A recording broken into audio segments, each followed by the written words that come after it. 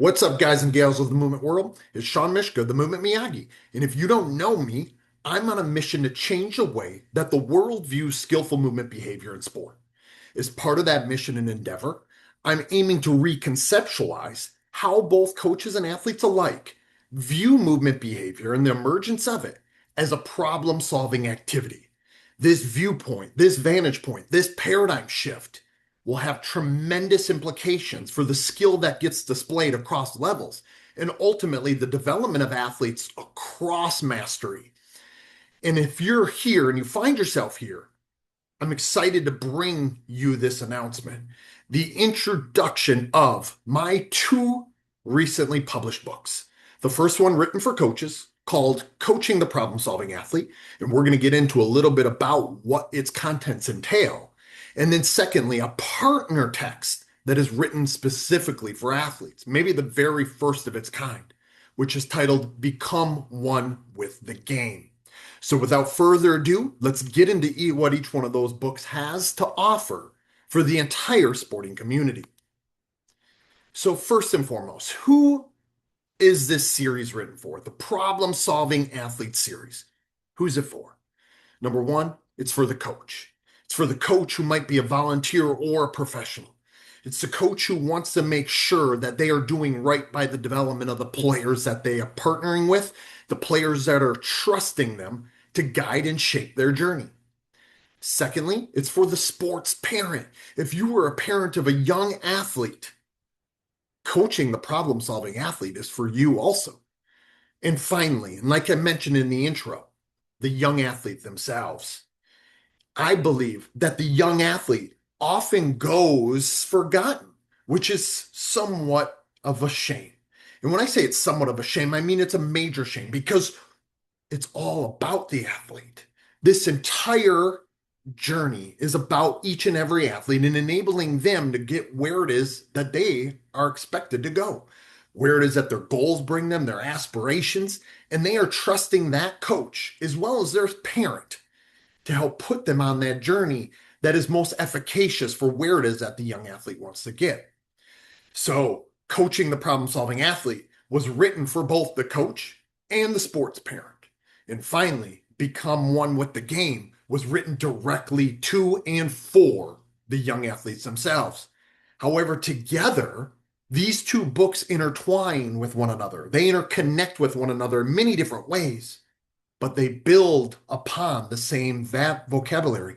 So the coach and the parent can speak in a more effective way, in a more functional way, in a more practical and useful way, directly to and with the athlete around how it is that they are seeing the problems of the sport in a different way, in a way that allows the athletes themselves to continue to develop and become more skillful, to ultimately become more adaptable, and to truly own their problem solving process. There's a big gap and a problem here, and it's led to incomplete answers. What already exists out there? Many different books, some of which that my two books here, Coaching the Problem Solving Athlete and Become One with the Game, actually lean upon. There's academic skill acquisition books, detailed contemporary science, but oftentimes those skill acquisition books end up being very unreadable for a working coach. A coach who might be a volunteer doesn't necessarily have prerequisite knowledge or understanding of many contemporary skill acquisition principles and concepts. Secondly, there's a lot of coaching philosophy books out there. They end up being very inspiring. Books from Bill Walsh or Bill Belichick or Nick Saban or Phil Jackson or John Wooden, fill in the blank, right? All these coaching philosophy books, very inspiring, something that we can draw upon, no doubt, but often too abstract. And they end up being out there when it comes to like taking something tangible and being able to apply it in the development of athletes and their skill. Thirdly, there are a good number of drill books.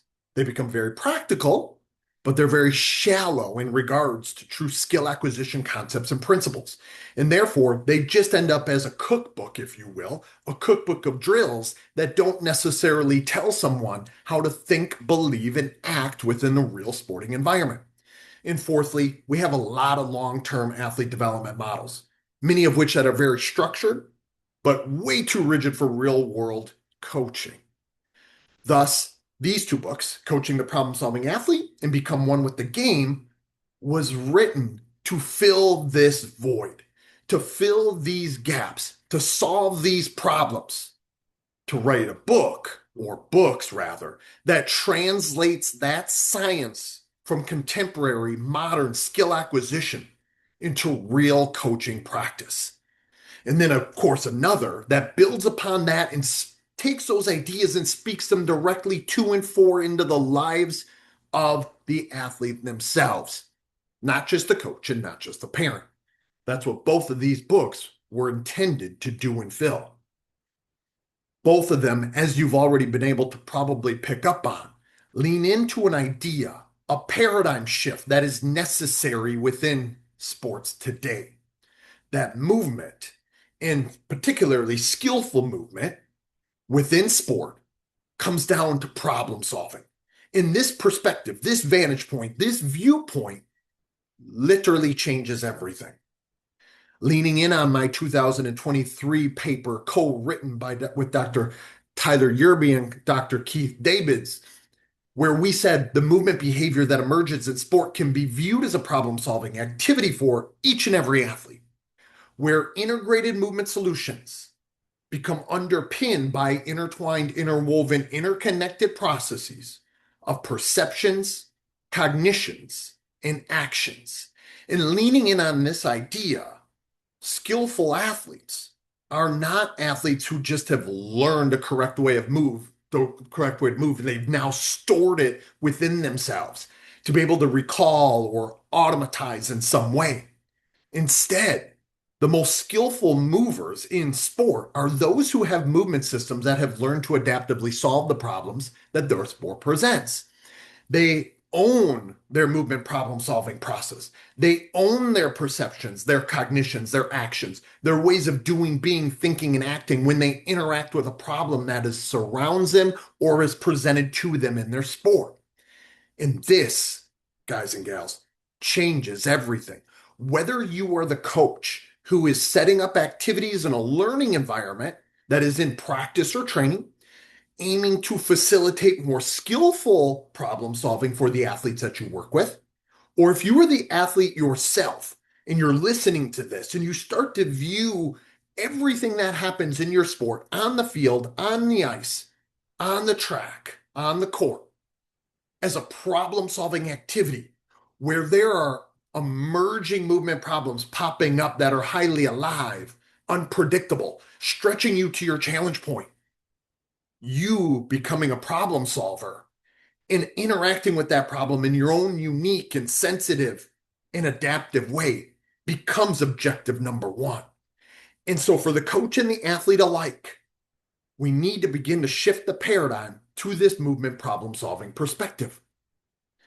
I didn't always exist there though, guys and gals. I sat where many of you probably do, where I viewed movement behavior as something that needed perfect practice, where perfect practice made perfect, or so I thought.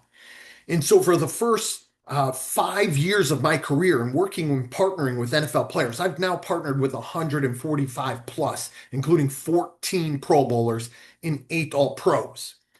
In that, I viewed it to be repetitive, where perfect practice made perfect and repetition became that which what we leaned on. And what I continue to do is try to help athletes perfect their movement. And when I say perfect their movement, I'm talking about perfecting the movement down to the technical execution of it, every nuance, every aspect. But I rewind back to a December night in 2012.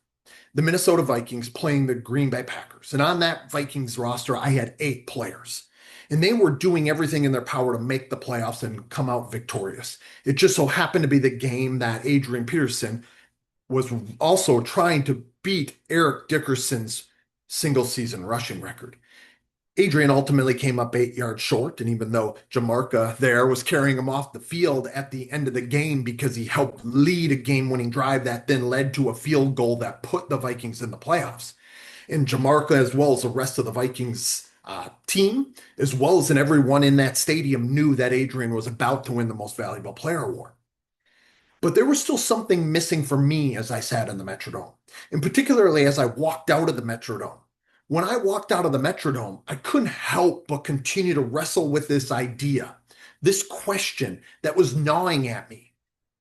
And for some odd reason, it was a light bulb that continued to pop off that wouldn't turn off no matter what it is that I did to try to reconcile it. That question was, are the players that are partnering with me for performing because of me and our work that we do together? Or are they able to do so despite me and our work? Because they just happen to be the world's best compensators and adapters naturally. And was I doing everything in my power to raise up their natural positive compensation ability, their natural ability to adapt? Or was I actually shortchanging it? Was I constraining it? Was the activities and the drills that I set up in our practice and training environments actually doing more harm than good? And of course, I didn't necessarily like the answer to the question as I continued to rhetorically ask myself it. And in that 2012 to going on 2013 NFL season, I began to view things in a whole different way, a way that I've now evolved and expanded in a deep and understood way that I then am creating the crux of these two books with Coaching the Problem Solving Athlete and Become One with the Game. Both books lean in on my paradigm shift that started back in December of 2012 here in Minneapolis, Minnesota at the Metrodome when the Packers played the Vikings. Ultimately, what it came down to, guys and gals, is this. And some of you have probably seen the movie Enter the Dragon. It's my very favorite Bruce Lee movie. And in that, there's a scene called Lao's Time, where Bruce Lee is taking a young pupil named Lao through this skillful interaction or the engagement in activity, a little sparring engagement between Bruce Lee as the teacher and Lao as the pupil. And what he did is continue to guide and shape Lao towards being able to perceive, think, and act around what was right there in front of him. The opponent, the aliveness in the environment, the aliveness of the interaction. But for years, guys and gals, like many of you out there, I remained concentrating on the finger. That finger ended up being the movement patterns, the positions the athlete found themselves in, the visible outputs. After all, as the movement Miyagi, I was studying and coaching movement, and I was studying and coaching the athlete's movement with a fine-tooth comb. But as Bruce Lee said in Enter the Dragon, it's like a finger pointing away to the moon. Don't concentrate on the finger, you will miss all the heavenly glory. So it is about what the finger in the moon relationship contains and entails. So what I realized is what I should have been studying all those years was the problems the athlete was trying to solve. And not only the problems the athlete was trying to solve and the way that they emerged to in front of the athlete, but also how each specific individual athlete was perceiving, thinking, and acting and interacting with them, right? What their perceptions, cognitions, and actions actually looked like in this intertwined, interwoven way in their interaction with the problems. Because it was in this mutual reciprocal interaction where all the gold really exists and lies. And it's there, guys and gals, that I'm trying to lean on and leverage in our paradigm shift that is presented across both of the books. So from one legend to another, I continued to try to investigate that one legend. Like many of you out there in your respective sport, maybe you coach soccer and you're looking at Lionel Messi. Maybe you coach tennis and you're looking and infatuated with Serena Williams. Or again, fill in the blank in your respective sport. In mine, in American football, I looked at who I believe is our most dexterous and skillful mover to have ever played the game in Barry Sanders of the Detroit Lions, number 20 running back. And I investigated him and his movement skills so deeply because it is what led me to really fall in love and become infatuated with the study of movement skill. Just watching him solve problems, watching him move on a football field. And so every running back that came across my watch, every running back that I partnered with, I tried to turn them into a carbon copy of Barry Sanders. But there's something majorly wrong with copying the technical models of athletes in that they don't move like Barry. They're not built like Barry. They don't have Barry's movement history or the way that he sees, thinks, and acts within the world. Just like your tennis player doesn't have Serena's fill in the blanks, or your soccer player doesn't have Messi's fill in the blanks, just as we show here with Barry Sanders. Instead, each one of our athletes, in each of those athletes, are capable of creating something, coordinating, controlling, organizing something entirely of their own nature of doing, being, and acting and interacting with those problems, their own ways of solving problems. And it's up to us as coaches, no matter what level of athlete it is that we are partnering with and coaching and facilitating the development for, to try to lean in on this, to teach to that athlete's best movement skill model, as opposed to Barry or Messi or Serena. And once you come to that reality check, this is a lesson that you can take from my years of NFL work and apply it immediately within yours. And it's something that I try to get through and hit home on throughout the course of coaching the problem solving athlete and become one with the game. To even try to get athletes themselves to realize how special their movement problem solving tendencies are in and of themselves. That though they can absorb something useful from the Barry or the Messi or the Serena or fill in the blank athlete, they still should be aiming to become entirely, uniquely, and authentically themselves. Because ultimately, what every athlete that we work with needs from us is a coach, is a facilitator who's genuinely curious about the problems that the athlete is solving. And the athletes themselves becoming more curious about those problems can only lead to more functional, adaptive, and ultimately authentic movement strategies and solutions for that respective athlete. So that leads us now into each one of the respective books. The first one, Coaching the Problem Solving Athlete. Ultimately, who this is for, I've already alluded to it, the sports coach and the sports parent. It's ultimately, guys and gals, anyone who takes pride in shaping how young athletes learn to skillfully solve problems in the world, or how they learn to move within their sport. What it's not a drill book. You're not going to find a cookbook of drills to where you can just plug and play. That's not what coaching the problem solving athlete is about. It's also not a watered down introduction, like a dumbed down version to constraints led approach to coaching. It's not that. It's also not a philosophy book without any practical application.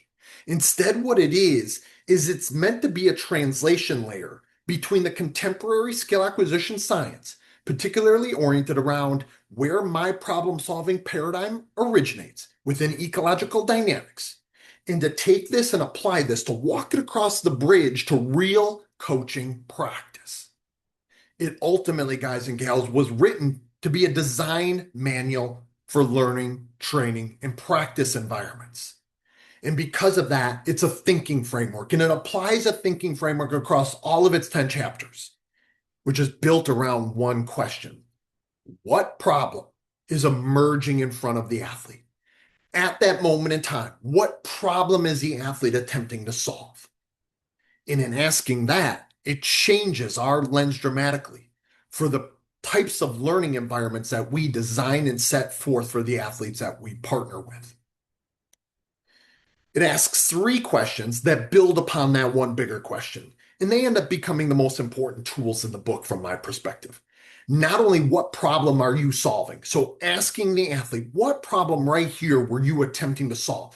So talk about, think about, and interact with that problem that is emerging in front of you. What does that problem entail?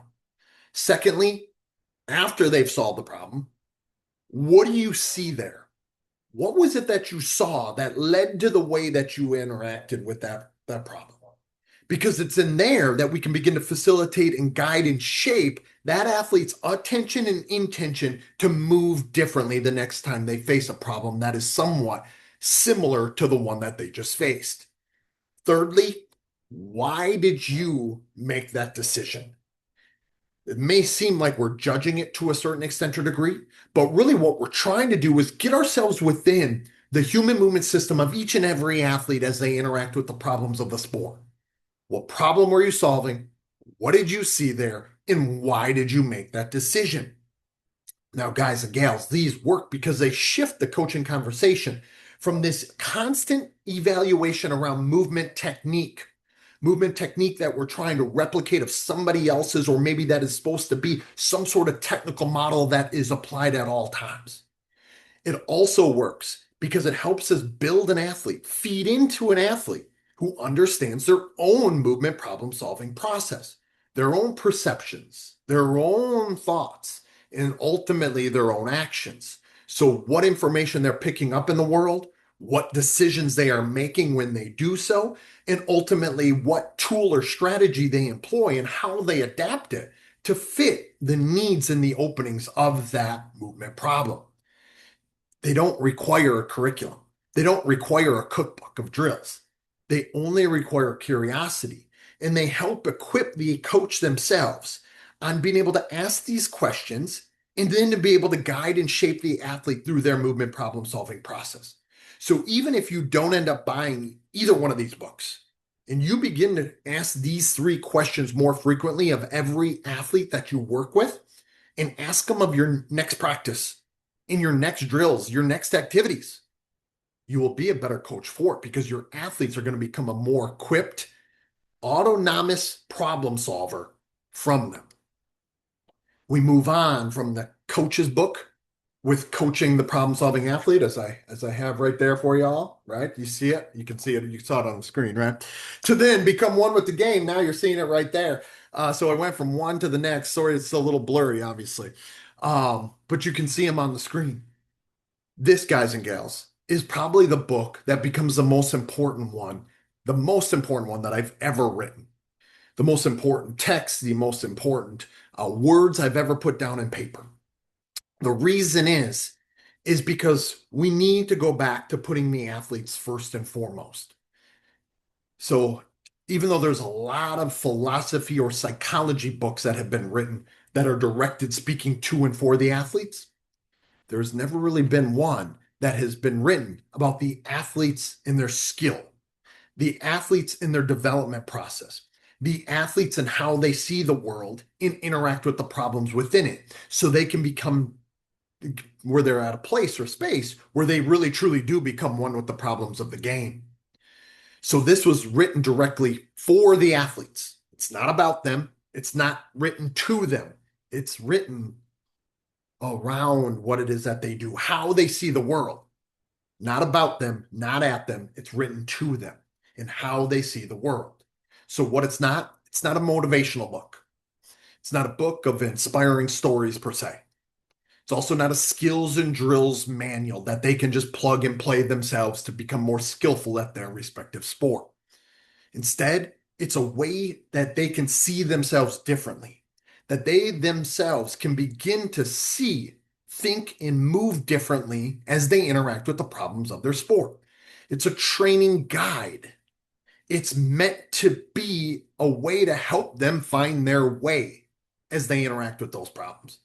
It's also an identity building tool for every athlete. So even though I wrote it for those that are more in the developmental and high school age, I had some of the NFL players that I partner with read it. I had professional athletes that I know and partner with read it before I decided to publish it.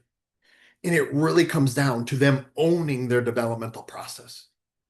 So any athlete, every athlete, I believe, can benefit from this, particularly when they start to own their movement problem solving process. And because of that process, it's very different.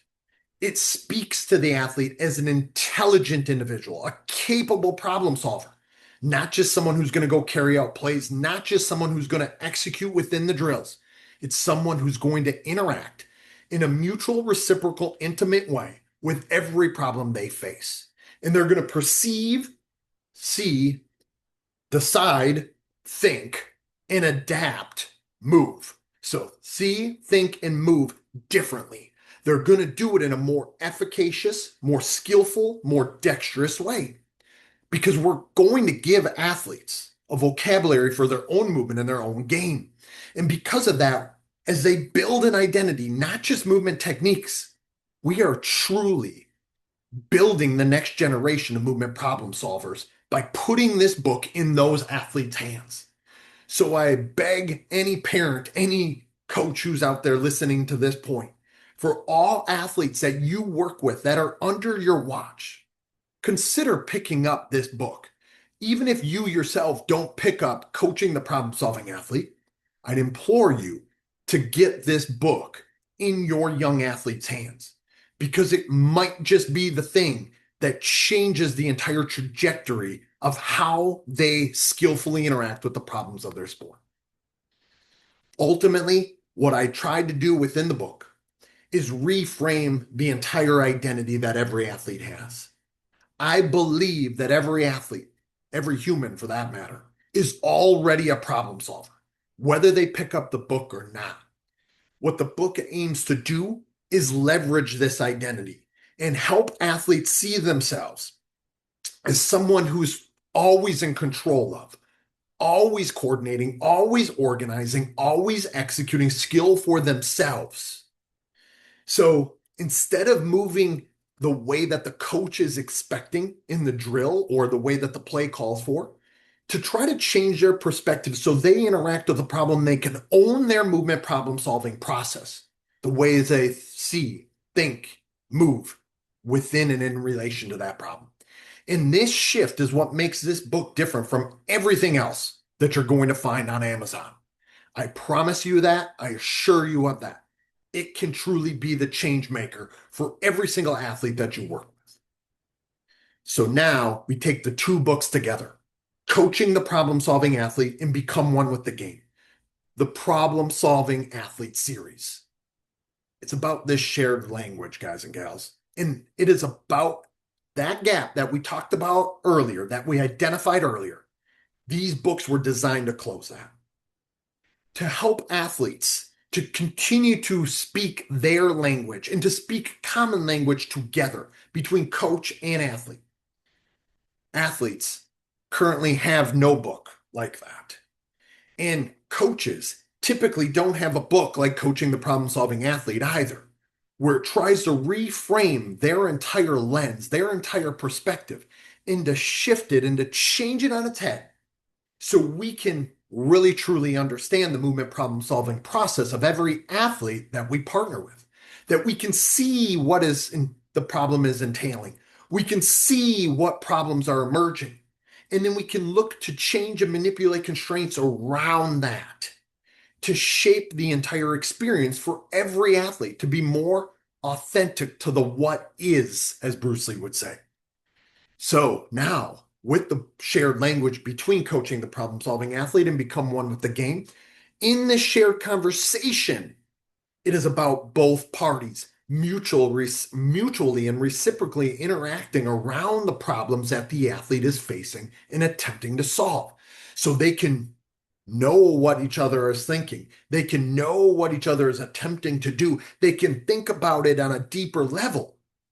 And they might both be able to own their process. So the athlete's development isn't left to chance. Instead, their skill becomes something that is constantly growing, constantly changing, constantly adapting, and ultimately constantly evolving and developing. So if the book or books changes how you think about movement in sport, or changes how you go upon your craft, it has done its job. That is my goal for it. That is my objective for it. And if you pick up either one of these books and you find yourself changed in some way, I certainly would appreciate you offering a review on Amazon if you'd ever be so kind to do so, because that will help change and shift the paradigm further for both coaches and athletes alike across levels. So my calls to action for you, if you've made it to this point or place, both books are available on Amazon. The links are going to be in the description below, or you can punch in the title of either one of their names on Amazon and they will pop up. Remember, coaching the problem solving athlete is for both coaches and sports parents alike, and become one with the game is for the young athletes themselves. I hope you will consider picking up one or both of those. One, if you are a coach or a sports parent, and then one for your athlete or athletes that you work with and partner with. I really truly believe in that which what I was able to put together here in both of these texts, and that it can literally change the way that you go upon operating within your craft, no matter what hat you wear, and no matter which shoes you fill. If you want to find out more and you don't even want to pick up the book yet, please subscribe on my YouTube channel here at Movement Miyagi.